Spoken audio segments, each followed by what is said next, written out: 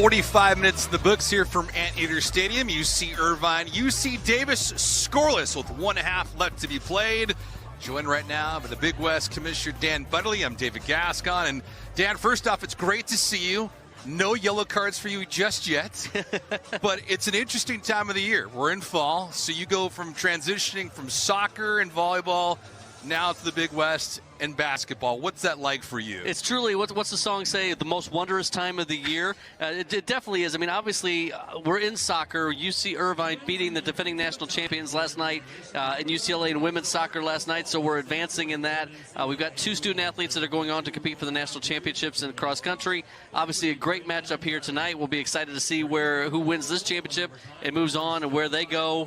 But obviously, basketball season, basketball game just about ready to tip off right across the street here. So, again, the most wondrous time of the year for the Big West. Yeah, and speaking of that, with the appointing committee, what's it like for you with the NCAA and the Big West as a whole? How do you see things unfolding, not only 2024, but beyond that? There's a lot of challenges in front of the NCAA. Obviously, a lot of judicial cases that are out there, a lot of things that are happening, a lot of good things relative to name, image, and likeness, student-athlete involvement in the governance structures, things that we're trying to provide more of a student-athlete voice. For the Big West, I'm doing all that I can with our staff to try to improve the student-athlete experience, improving our championships, adding championships to the Big West. We've added baseball, softball championships in 25. We've added the sport of swimming and diving, both men's and women's swimming and diving in 24-25.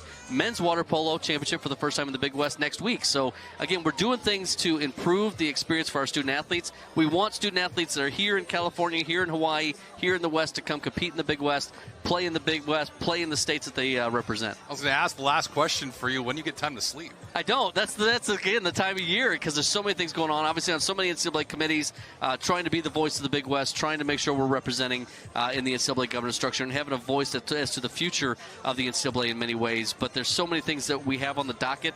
Our league meetings, our fall meetings are here in 3 weeks. We're going to continue to push to get better with our membership until they tell us to stop, that we can't do much more. But we are excited about where the Big West is going, where we're headed, and the competitiveness of our teams as we continue to improve. Mind elaborating a little bit more on men's water polo, too? Men's water polo, great championship next week at UC San Diego. Teams are already finishing up regular season play next week.